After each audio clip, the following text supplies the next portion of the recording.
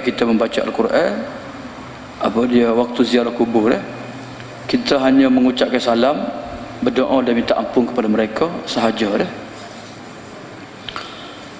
Kemudian malam ni sambungnya muka surat 246 Arab 246 perkara 120. Wa yajuzu raf'ul yadaini fi du'a'i laha.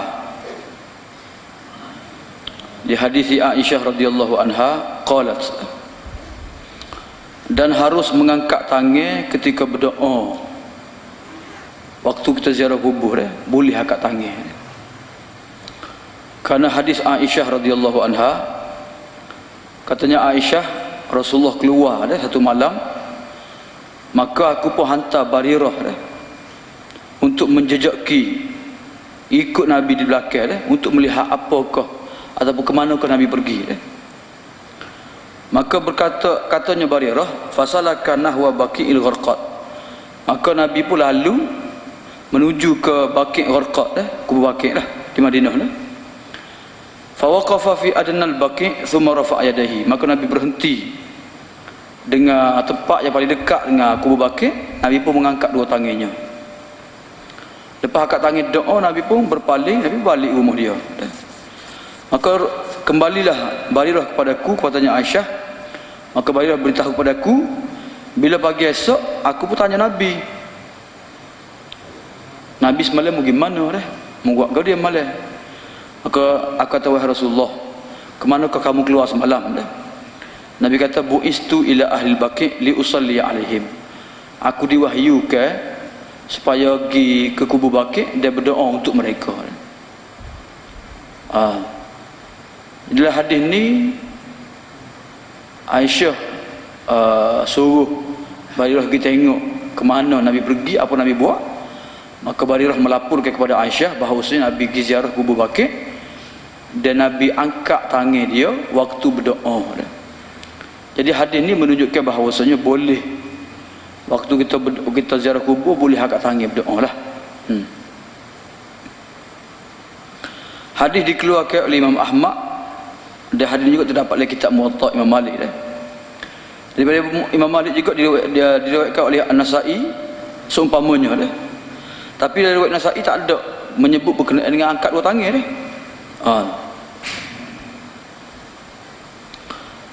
Jadi ala kulli halnya boleh angkat tangan waktu doa ziarah kubur. Yang kedua, walakinnahu la yastaqbilul qubura hina du'a ilaha balil ka'bata linahyihi sallallahu alaihi wasallam anis salah il qubur kama sayati. Tapi doa-doa pun jangan doa menghadap kubur. Waktu salat tu tak apalah menghadap kubur, waktu doa tu menghadap kiblat.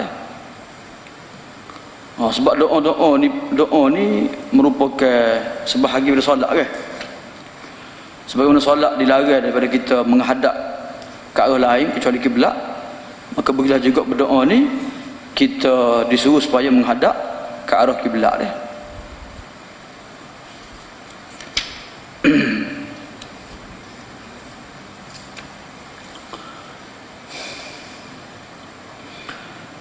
Akan tetapi tidak perlu dia menghadap kepada kubur ketika doa. Bahkan ketika berdoa hendaklah dia menghadap ke arah Kaabah. Kerana larangan baginda Nabi SAW daripada sembahyang menghadap kubur. Sedangkan doa-doa ni intipati pada solat doa mukhus solah. Doa ni intipati pada solat dan doa juga intipati pada ibadat. Sabda Nabi SAW, ad-du'a'u huwal ibadah thumma qara'a wa qala rabbukum ud'uni astajib lakum. Sabda Nabi SAW, Nabi kata doa itu ialah ibadat. Doa lah sebenarnya ibadat.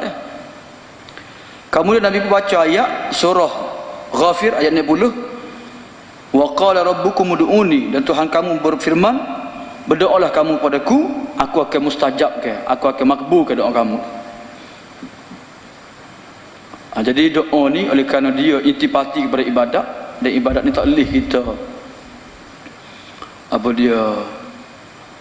ibadat yang paling besar semaya tak boleh kita menghadap ke arah kiblat, maka doa juga mestilah menghadap arah kiblat. Itulah arah yang paling afdal, paling baik sekali ngadak kat lain betul lah.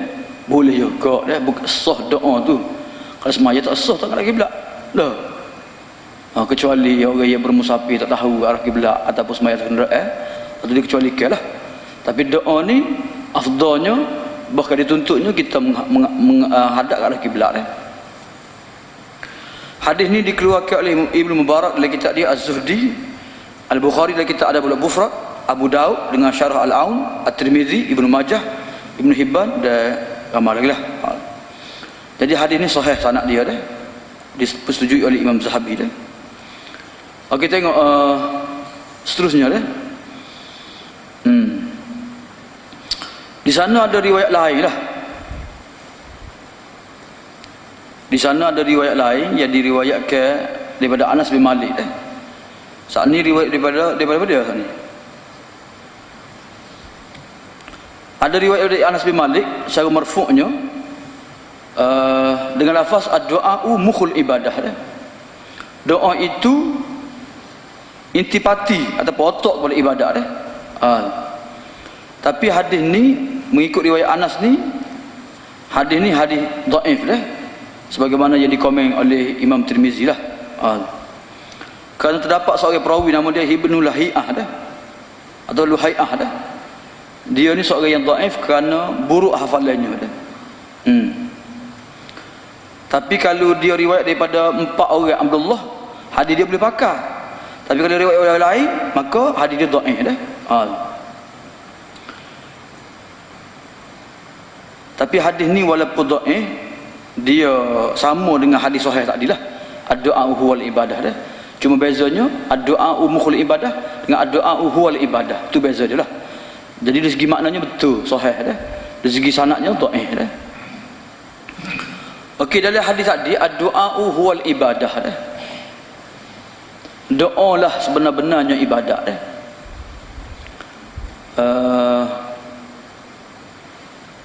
At-Tibi dah, Tibi orang yang pertama syarah kitab Mishkat Masabih. Ustaz Syari ngajar malam Jumaat tu kan. Tibi ni dia syarah kitab Mishkat Masabih. Dan orang-orang yang mari selepas dia tu pun tiru syarah dia lah, petik syarah dia juga lah. Tibi ni nama orang gelar dia Tibi dah. Sebab dia jual minyak atas. Dah, at-tib ke bang-bang ke? Wangi-wangian ke? At-tibi lah. Disebut ketika dia syarah hadis ni dia kata ata bi dhamiril fasli wal khabaril mu'arraf bil lam huwa al ibadah liyadulla ala al hasri dah. Ad-du'a'u huwa al ibadatu dah. Kalau kita i'rab ad-du'a'u mubtada, al ibadatu khabar. Antara mubtada dengan khabar tu ada dhamir fasal dipanggil dah, huwa. Ad-du'a'u huwa al ibadah. Ad-du'a'u mubtada, al ibadah tu khabar. Tengah-tengah mubtada khabar tu ada dhamir fasal dah. Ni ilmu balaghah ni dah. Nahwu sekara balaghah pula dah. Okey, dalam mengikut ilmu balaghahnya, bila mubtada khabar ni dua-dua muarraf, isim makrifat dua-dua, ad-du'a'u pada alif lam, al ibadah pada alif lam. Kemudian tengah-tengah tu pula ada dhamir pula, dhamir yang memisahkan antara dua tu, maka tadullu alal hasri, menunjukkan membataskan dah. Maknanya ibadatnya hanya doa sahaja. Doa saja ibadat dah. Hak lain bukan ibadat. Nak rakyat besarnya kena duduk doa dalam ibadat ni. Doa lah sebenar-benarnya ibadat dah. Doa lah. Kalau tak ada doa bukan ibadat lah. Dah. Sebab itulah kita dalam semua ibadat yang kita buat lah, dalam ibadah haji umrah, dalam ibadah sembahyang, dalam ibadat puasa, dalam ibadat baca Quran, berzikir, terkandung dah doa-doa dah. Bila semaya lah lebih jelas sekali lah. Bila semaya Nabi suruh kita berdoa dalam sujud, apa dia lepas tasyahud akhir sebelum salat dah. Kemudian ketika berpuasa pun Nabi sebut doa yang Tuhan makbul ni lah orang berpuasa kan. Sebab tu kita digalakkan berdoa ketika nak berbuka dah. Bukan nak buat dah. Tempat kita masjid dia buat tahlil belum ada buka. Sebenarnya sebelum berbuka tu kita doa banyak dah.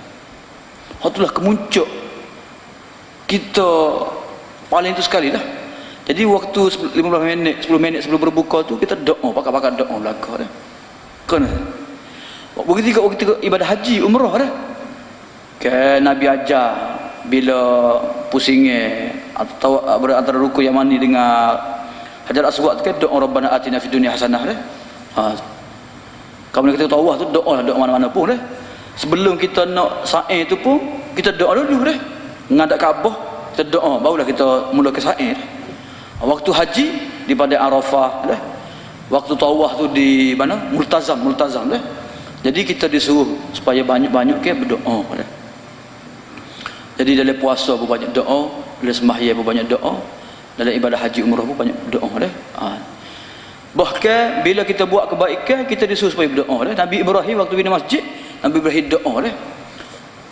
Wa idh yarfa'u Ibrahimul qawa'id bil baiti wa Ismail, Rabbana taqabbal minna innaka antas samiul alim dah. Rabbana waj'alna muslimaini laka wa min dhurriyyatina ummatan muslimatan lak. Wa arina manasikana wa tub 'alaina innaka antat tawwabur rahim dah. Rabbana wa ba'ath fihim rasulan minhum yatlu 'alaihim ayatika dah. Jadi Nabi Ibrahim doa waktu dia bina Kaabah dah. Jadi kesimpulannya waktu kita melakukan kebajikan kita doalah dah kepada Allah Taala. Moga-moga harap-harapnya Tuhan terima doa kita dah.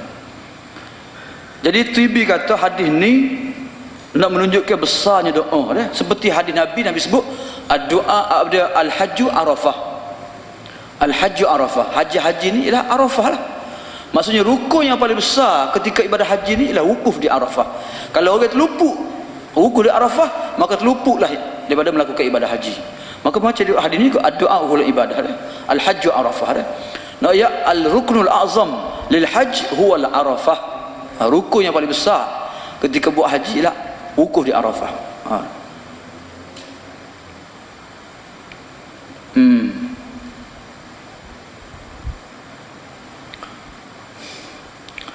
Kenapa doa ni ibadat yang paling besar?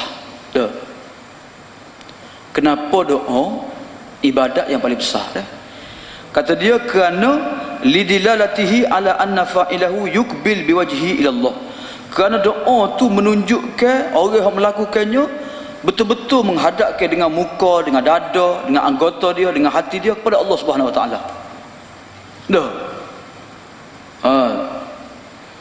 Dia berpaling tinggal habis orang lain. Orang tak nak tolong aku tak boleh dah. Tuhan aja boleh tolong aku nya. Wahai Allah Taala, wahai ya Allah, tolonglah kamu ni makbulkan permintaan aku, tolonglah kamu lepaskan kesusahan yang aku hadapi sekarang dah. Jadi orang doa ni dia tinggal habis orang lain, dia hanya doa kepada Allah Taala saja. Li'annahu ma'murun bihi, kerana dia diperintahkan untuk meminta dan memohon kepada Allah Taala dah. Jadi melakukan perkara yang disuruh tu merupakan ibadat dah. So, yang keduanya waktu berdoa tu dua perkara saja. Berdoa. Pertama sekali menunjukkan kita ni rendah hati, dia fakir, miskin, berhajat betul-betul Allah Taala dah. Dan yang keduanya kita berasa Tuhan ni Maha Kaya, Tuhan Maha mendengar, dan Tuhan Maha mengetahui keadaan kita sekarang ni. Banyak orang tak tahu, Tuhan tahu nya dah. Nak bangun tengah malam doa, duduk sore diri dia berdoa dengan Tuhan dah. Sebab itulah besarnya berdoa. Dia orang yang berdoa ni menzahirkan kelemahan, kehinaan, keperluan dia dah. Tu. Jadi ibadat-ibadat ni bila kita merendah diri, dan kita rasa kita ni lemah dan miskin, Tuhan itulah ibadat sebenarnya. Kalau buat ibadat dalam keadaan kita ni dah hati kita tidak khusyuk, kemudian kita dah ada angkuh, tak jadi ibadat dah. Sebab tu semaya jemaah ni pun kena ikut tu imam semaya tu. Tu imam kata betul sah. Betul sah lah. Tak kira lah kita kaya ke miskin ke, pakat tinggi ke pakat rendah ke, orang kapur ke bandar ke, kena betul sah belakang dia. Kena ikut tu imam. Tu imam kata takbir, orang kata takbir. Tak boleh hak takbir dulu lah. Mbak tu imam, hak takbir Allah tak boleh. Tu imam rokok sujud tak boleh, kena ikut tu imam tu. Wa idza raka'a farka'u. Kena ikut tu imam, dia tak boleh. Tu imam rokok kita cacat lagi tak boleh. Kena ikut tu imam. Tapi sama Allah dan hamidah kita duk tak rokok lagi pun. Tak boleh semai jemaah kamu dia gitu. Jadi ibadat-ibadat ni kena ikut, kena patuh. Jadi ibadat.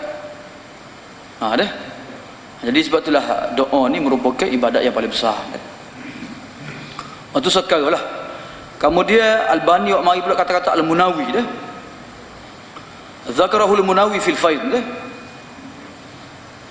Qultu fa idza kana ad-du'a min a'zamil ibadah fa kaifa yatawajjah bihi ila ghairi jihah allati amara istiqbaluha fi shalah.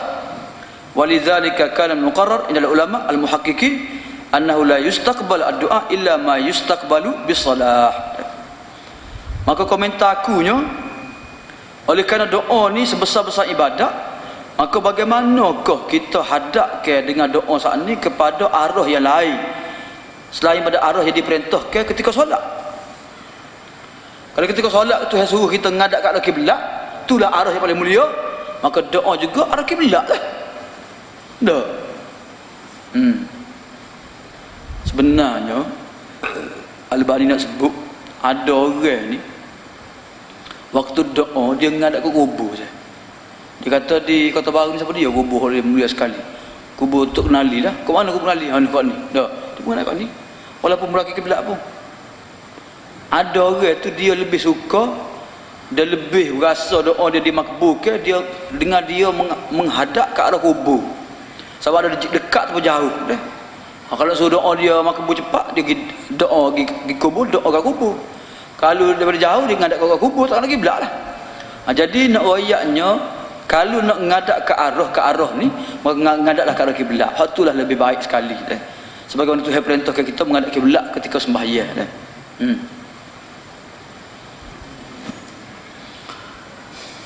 Sebab itulah ketetapan di sisi ulama muhakkik dah, muhakkikin, ulama yang tahqiq ilmu ni, dia kata tidak boleh kita menghadap dengan doa kecuali arah mana kita menghadap ketika solat dah. Sebab itulah ketika kita sebelum kita nak apa dah? Nak sa'i ni, sa'i dah. Kita duduk atas bukit sofa kan tinggi ke? Atas duduk. Waktu kita doa tu ngadap Kaabah, tengok Kaabah. Duduk sofa. Duduk sofa di maruah pun kita ngadap Kaabah pula juga. Baru kepala kita gerak pula dah. Siapa kau sofa? Doa pula. Baru kita pergi ya. Tu sunatnya. Dah, tu sunatnya. Kalau ketika buat umrah sa'i tu menghadap Kaabah, maka apatah lagi ada keadaan-keadaan lain dah.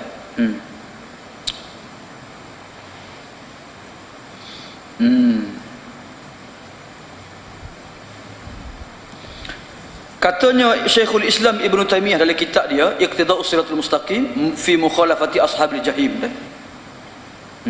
Ni sari dua ni apa kat marah ke dia Syekhul Islam dah. Kita boleh baca tulisan Ustaz apa? Dan sinari hari ni kemari. Apa dia? Tokoh debat dah. Ustaz Salmeh ni anak murid Datuk Mazhar. Dia ni debat. Juara debat Asia. Dia pergi ke tanah Arab ni untuk melatih orang Arab berdebat.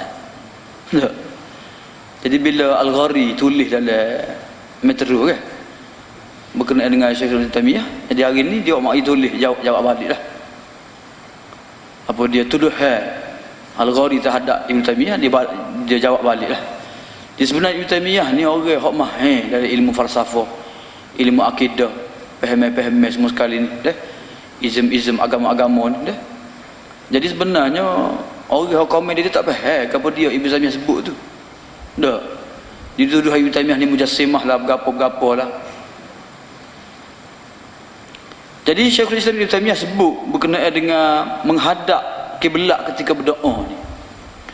Menghadap kiblat ni maksudnya jangan menghadap kubur lah ketika doa ni.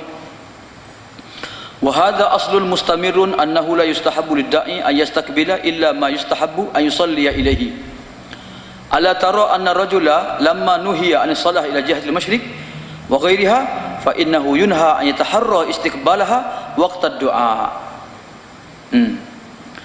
Ni kaedah yang berterusan dah.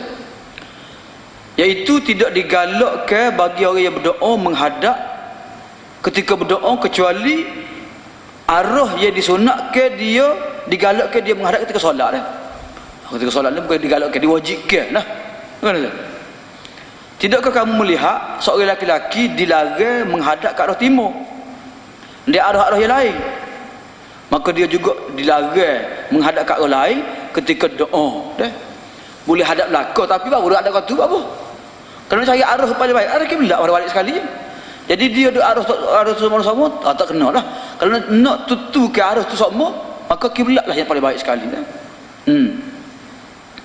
Wa minan nas, ada di kalangan manusia ni, dia suka, dia selalu, dia ni pilih untuk ketika berdoa menghadap ke arah yang mana adanya lelaki yang soleh.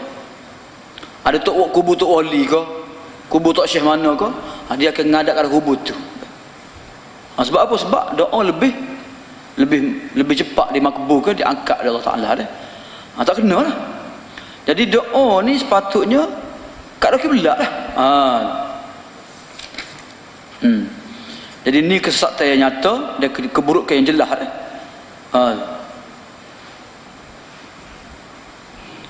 Dia ada orang ni, dia kata tak boleh membelakangi kubur tok wali waktu doa.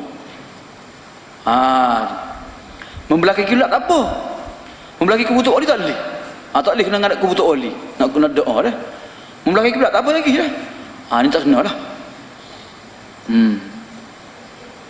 Mungkin tak ada tempat kita ni dok, tapi di negara-negara lain ada sah. Orang Syiah dia ngadap kubur-kubur imam-imam dia dah. Orang berlalui puja kubur ni dia ngadap kubur-kubur hak dia sembah tu dah. Kata dia ni semua sekali perkara-perkara baru yang menyamai dengan agama Kristian dah. Kan Nabi sebut ke